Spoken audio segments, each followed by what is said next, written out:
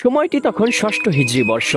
নবী করিম সাল্লাল্লাহু আলাইহি ওয়াসাল্লাম মদিনার বাইরে মরুভূমি প্রান্ত পথ পাড়ি দিয়ে একদিন সফর করছিলেন।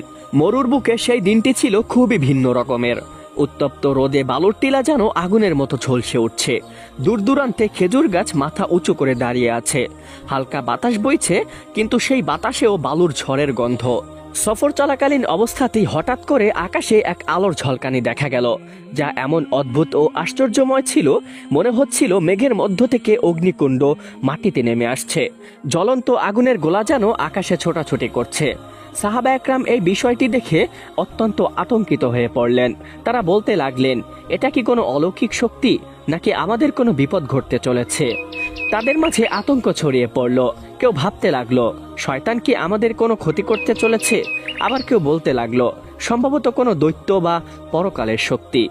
এই দৃশ্য দেখে নবী করিম সাল্লাল্লাহু আলাইহি ওয়াসাল্লাম শান্ত স্বরে তাদের দিকে তাকিয়ে বলতে লাগলেন, হে আমার সাহাবীগণ, এই ধরনের আলোর ঝলক দেখে তোমরা ভয় পেও না।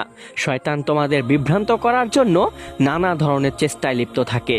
তোমরা ওদিকে ভ্রুক্ষেপ করো না, বরঞ্চ সফরে মনোনিবেশ করে সামনের দিকে এগিয়ে চলো।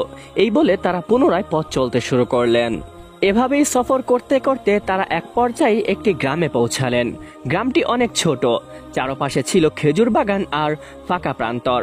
গ্রামটির এক প্রান্তে এক বেদুইন তার উট চড়াচ্ছিল। সে দেখতে ছিল অনেকটাই রুক্ষ, মরুভূমির মতো কঠিন স্বভাবের। নবী করিম সাল্লাল্লাহু আলাইহি ওয়াসাল্লাম তার দিকে এগিয়ে গেলেন এবং তার কাছে গিয়ে শান্ত ও স্নিগ্ধ কণ্ঠে বলতে লাগলেন, হে আল্লাহর বান্দা, ইসলাম ও শান্তির ধর্মে এসো। আমি তোমাকে আল্লাহর একত্ববাদের এবং ইসলাম ধর্মের দাওয়াত দিচ্ছি। সেই আল্লাহর ইবাদত করো, যিনি আকাশ ও জমিন সৃষ্টি করেছেন, এবং অবশ্যই আল্লাহর সাথে কারো শরিক করবে না।